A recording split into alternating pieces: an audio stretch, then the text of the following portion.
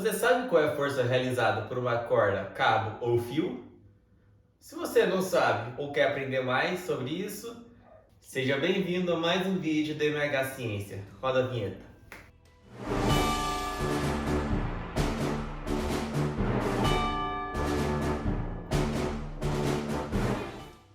Aqui vocês já aprenderam sobre duas forças fundamentais da mecânica, certo?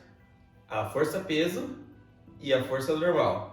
Caso vocês não lembrem ou tenham perdido os vídeos, vou deixar eles fixados aqui no card e também na descrição. E antes de voltar, não se esqueça de se inscrever no canal e deixar o seu gostei. Mas voltando ao tema do vídeo, vamos aprender hoje um pouco mais sobre a terceira força da mecânica, a força realizada por cabos, fios e cordas.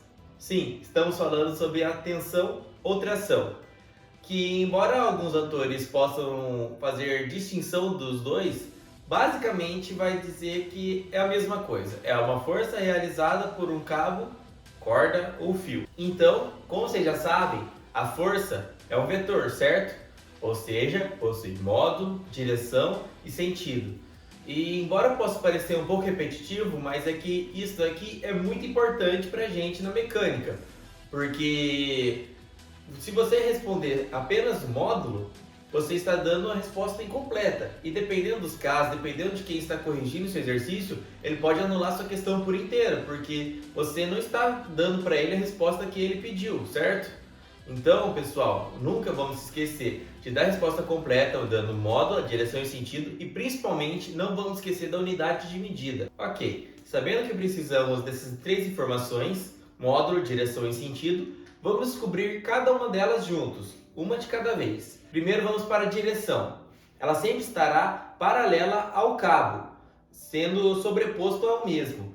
Mas o que isso quer dizer? Sempre que tiver um cabo, por exemplo, o cabo está na horizontal, a força vai estar também na horizontal.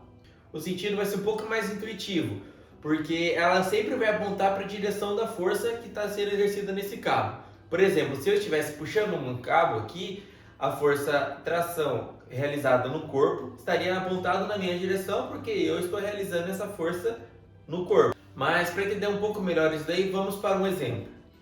Aqui temos um bloco, suspenso no ar por uma corda. Mas aqui não vamos calcular nada, só queremos encontrar a direção e o sentido da força-tensão. Então, como eu disse, a direção é obtida analisando a posição da corda, sobrepondo a mesma. Então, nesse exemplo, a direção da tensão será vertical, enquanto o sentido dela será encontrado apontando em direção à força realizada pela corda, no caso, para cima.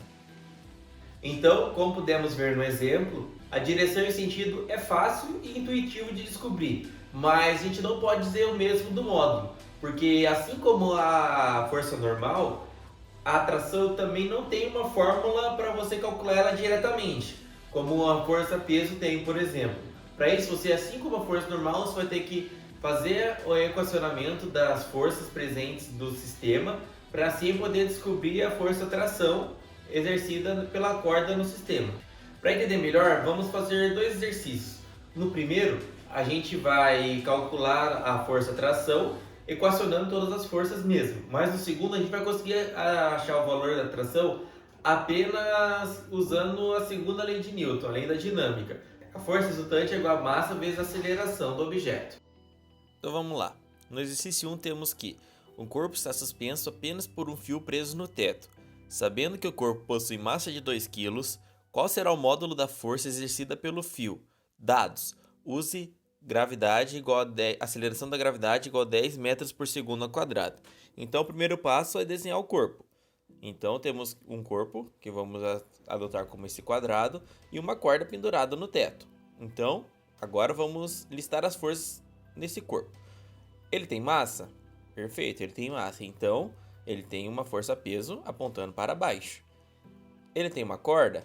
Tem uma corda, então ele tem uma tração. Como a gente já viu, ela vai ser sempre sobreposta à corda na direção da força. Então, temos que a tração está para cima. Então, vamos lá. Como o corpo está em equilíbrio, ou seja, ele não está descendo nem subindo, ele está em equilíbrio, ele está em repouso. Então, temos que a tração é igual ao peso. A tração, então, vai ser igual a massa vezes a gravidade, porque o peso é massa vezes gravidade. Então, substituindo os valores, temos que a tração é igual a 2 vezes 10, a tração é igual a 20 newtons para cima. Agora no exercício 2. Um bloco é puxado com uma corda por um piso livre de atrito com uma aceleração constante de 1 metro por segundo ao quadrado. Sabendo que o bloco possui uma massa de 0,5 kg, qual será a força realizada pela corda? Então vamos lá. Nesse exercício, ele não deu a gravidade, porque teoricamente a gente não precisa dela para resolver. Uma coisa que a gente tem que prestar atenção quando vai resolver esse tipo de exercício é que o enunciado fala que ele é livre de atrito. Então, ele não vai ter atrito nenhum, então não vai ter nenhuma força contrária ao movimento. Vamos lá para o desenho então. Temos um corpo sobre uma superfície plana, livre de atrito, puxado por uma corda, certo? Então vamos listar as forças. O corpo tem massa, então vai ter um peso para baixo. O corpo está encostado no chão, então tem uma normal para cima.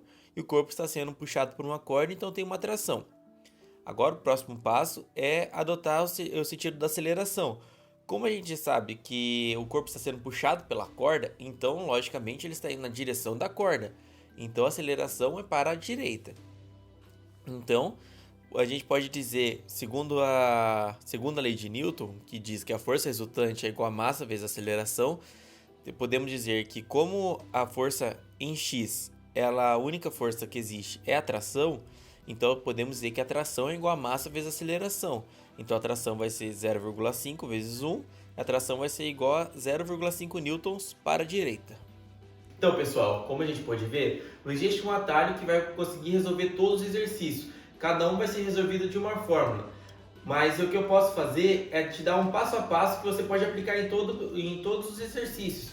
E eles vão fazer com que você, seguindo esses passos, você consiga resolver qualquer tipo de exercício que tenha força. Então, se eu fosse vocês, agora eu pegava um papel e começava a anotar essas informações que eu vou deixar para vocês poderem usar depois. E vocês decorem isso daqui, porque isso aqui é realmente muito importante. Deixa na sua cabeceira, deixa em um lugar que você consegue ver todo dia. Se você não esquecer isso daqui, você nunca vai conseguir esquecer como resolve o exercício envolvendo forças.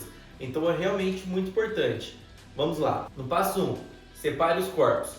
Quando temos dois corpos no nosso exercício, o melhor jeito, o jeito mais fácil de resolver o exercício é você separando eles para que quando você começar a desenhar as forças, elas não se misturem, você não confunda uma força com a outra. Por exemplo, quando você começa a traçar as forças, você vai pensar, mas essa força aqui está saindo do corpo 1 ou do corpo 2? Então, para evitar isso, evitar a confusão, então vamos separar os corpos. Passo 2, desenhe o vetor das forças presentes. Você vai começar a pensar numa sequência lógica, você vai começar assim. A primeira força que a gente aprendeu foi qual? A força-peso. Então, a força-peso está presente em todos os corpos com massa, certo? Então, você vai pensar, o corpo tem massa? Beleza, ele tem massa. Então, para onde está a força-peso? Para baixo. Então, você vai colocar a força-peso no bloquinho apontando para baixo. A segunda força, a normal. Como a gente conseguia encontrar a normal mesmo? Era quando existia o contato de um objeto com uma superfície, um objeto com outro objeto, entre outros. Então, vamos lá. Ele está encostado na superfície? Beleza. Então, ele vai estar sempre perpendicular à superfície. Então, por exemplo, se o bloco está no chão, numa superfície plana, então a força normal estará apontada para cima. Beleza, já temos dois. O objeto tem uma corda ou fio preso nele? Se sim, você já tem outra força, já tem a força da tração. Até agora a gente só aprendeu essas três forças, mas depois a gente vai aprender outras forças e vai colocar no mesmo esquema. Então beleza, agora a gente já separou os corpos e já desenhou os vetores das forças presentes. Agora vamos para o terceiro passo. Chutar um sentido para aceleração. O que isso quer dizer? Você vai deduzir para onde esse objeto está se movendo ou para onde você acha que tem aceleração nesse objeto. Então você vai lá fazer uma seta para onde você acha que é a aceleração. Se é para a direita, se é para a esquerda, se é para cima, se é para baixo, você que vai definir. O que vai dizer se está certo ou está errado? Se no final, quando você descobrir o valor da aceleração, ela for negativa, você errou o sentido. Ou seja, se você colocou para a direita, a aceleração na verdade era para a esquerda. É só isso que vai mudar. Então, você vai ter que definir. Definindo a aceleração, você vai assumir que todas as forças apontadas para o sentido da aceleração que você definiu como sendo positivo, é positivo. Ou seja, se a tração está para lá, você vai definir que a tração é positiva. Se tiver alguma força para cá, você vai definir que essa força é negativa. E assim por diante. Agora vamos para o passo 4. Você vai ter que equacionar as fórmulas. Agora que a gente já definiu o sentido da aceleração, agora a gente vai definir Vamos imaginar que no meio do corpo está passando um plano cartesiano. Vamos imaginar, passando um eixo X e um eixo Y. Todas as forças na vertical, ou seja, no eixo Y, você vai definir como sendo força do eixo Y e assim com a força X. Então, você vai definir. Você definiu que no eixo X, para a direita é positivo, então você vai pegar todos os vetores para a direita, vai ser positivo, menos todos os vetores para a esquerda, que no caso são negativos, que vai ser igual a massa vezes a aceleração. Se você acha que o corpo está em repouso, ou tipo, por exemplo, vamos estudar a força na vertical. A força na vertical. Eu não acho que o corpo vai entrar no chão ou ele vai flutuar. Então, para mim, nesse sentido, ela está em equilíbrio. Então, eu sei que todas as forças que tem para cima serão iguais às forças que estão para baixo. Agora, no próximo passo, no passo 5, a gente tem que definir qual o melhor método para resolver um sistema de equações. Eu não sei se vocês lembram, mas existem dois métodos principais de resolver um sistema de equação, que pode ser por adição ou por substituição. Como eu prefiro trabalhar com o método da adição, eu acho que é mais fácil e atende melhor os nossos requisitos para resolver um exercício, eu vou trabalhar com ele. Mas não é obrigatório. Se você se sente mais confortável fazendo método de substituição, vai em frente. O que importa é você não se perder no meio do método. Você pegar ele e até o final, resolvendo e achando todas as incógnitas que você precisa. Agora vamos para o passo 6. Elimine todas as forças possíveis. Ou seja, você está vendo que na equação tem muitas incógnitas. Tem a normal, tem a tração, tem a aceleração. Então, como você sabe, o número de incógnitas que é possível resolver é igual ao número de equações. Ou seja, a gente só tem duas equações que a gente vai transformar em uma. Então a gente tem que eliminar o maior número de incógnitas possíveis para poder conseguir resolver a equação. Como você vai poder ver, vai ter muita tração no sentido positivo, tração no sentido negativo. A normal às vezes não importa para a gente. Então, a gente vai ter que selecionar as equações que mais chega perto de atender nossos objetivos e seguir nelas, eliminando as forças assim que possível. Agora a gente vai substituir pelas fórmulas. Agora que a gente já tem uma equação, que a gente conseguiu transformar em uma equação só através da substituição ou através da adição, a gente vai substituir as fórmulas. Por exemplo, o peso a gente sabe que é igual a massa vezes a gravidade. Então a gente já pode substituir ele lá. Só então a gente pode começar a substituir pelos valores da enunciado. Não antes disso, porque senão você vai acabar se confundindo, vai ter número onde você acha que já substituiu, o número que você ainda não substituiu, então não substitui, só vai substituir agora, porque agora você vai encontrar o valor da incógnita que a gente quer. Geralmente, a gente primeiro encontra o valor da aceleração, para assim conseguir ir voltando as equações, para poder achar as incógnitas que a gente deixou pelo caminho, que a gente, na hora, para resolver o exercício, a gente eliminou. Agora, como eu estava dizendo, o passo 8 é você voltar nas equações e encontrando o valor das incógnitas que a gente tinha deixado pelo caminho.